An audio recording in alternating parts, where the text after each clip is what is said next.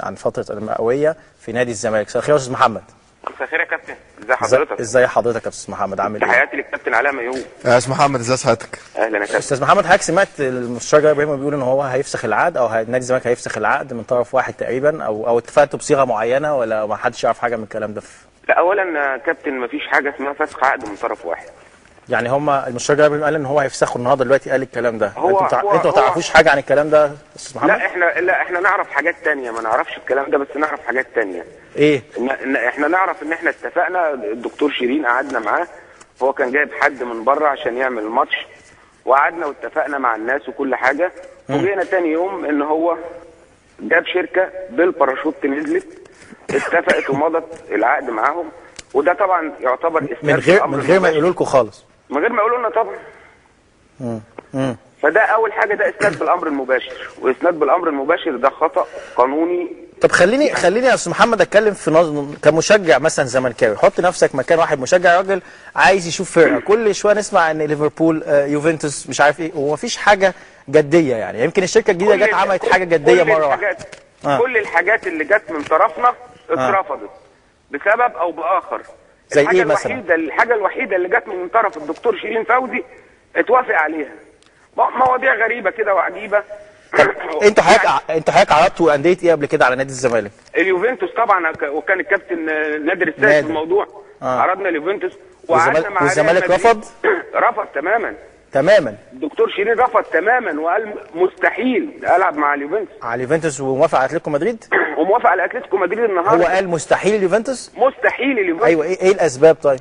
لا الاسباب رفض يبدي الاسباب، قال لك ده ثالث الدوري ورابع الدوري. لا هو كان السابع السنه اللي فاتت مش الثالث حتى، بس هو دلوقتي يعني اليوفنتوس هيفضل يوفنتوس يعني.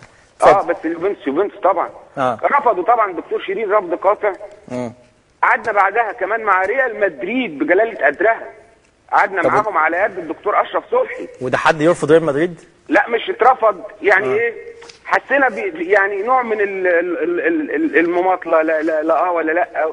وبعدين ليفربول، جبنا ليفربول، قال لك اصل الجهه الامنيه السفاره بعتت لهم عشان تقول لهم ما تجوش عشان الامنيه. طيب خلينا في القادم. ايه يعني انتوا فوجئتوا بهذا الكلام في امبارح يعني في الجرايد، ولا زينا زيكم، ولا انتوا ما كنتش عارفين عنه حاجه ولا عارفين؟ لا فوجئنا طبعا بالكلام ده، رغم ان احنا باعتين جواب مؤسسه دار المعارف لانها بتشتغل بطريقه المؤسسات، مش بطريقه بتاعه الحاج فلان ولا الاستاذ فلان، لا دي بتشتغل بطريقه مؤسسيه. بعتت خطاب لنادي الزمالك يوم الاربعاء، قالت لهم ان احنا قعدنا مع المندوب اللي جايبه الدكتور شيرين، والدكتور شيرين اصر على العموله بتاعه المباراه باسم الوسيط، واحنا مش هنقدر ندفع العموله مره واحده. العموله يعني دي يعني لنادي الزمالك ولا ايه؟ مش فاهم والله. هو في وسيط جابه الدكتور شيرين عشان يجيب اتلتيكو مدريد، قعدنا معاه واتفقنا على كل حاجه ووافقنا على كل حاجه. وبعتنا جواب للزمالك قلنا له دار المعارف موافق على كل حاجه. فبعد يوم، تاني يوم على طول، اتصل الدكتور شيرين قال يا جماعه الراجل الوسيط لازم ياخد عمولته 10% كامله.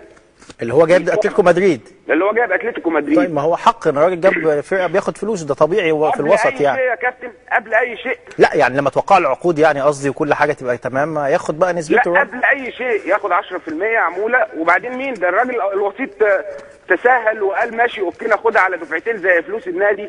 دكتور شيرين اصر انه الراجل ياخدها مره واحده. تاني طيب. يوم على طول بعد الخلاف ده بعتنا بيه، دار المعارف بعتت بيه جواب للزمالك. تاني يوم على طول فوجئنا انهم بيعلنوا عن ان جابوا شركه ثالثه اسندوا لها المباراه. طيب خليني سؤال اخير معلش استاذ محمد عشان وقت حلقتنا، هتفسخوا العقد ولا مش هتفسخوا العقد؟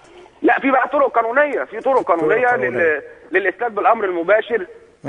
الموسوعه طبعا اللي بتتباع باسم نادي الزمالك، في مواضيع كتير كتير كتير قوي هتصاغ في شكل قانوني، وهيتبعت بيها خطاب للنائب العام وللجهه الاداريه اللي هي حسن صقر. بشكرك شكرا جزيلا استاذ محمد سعد.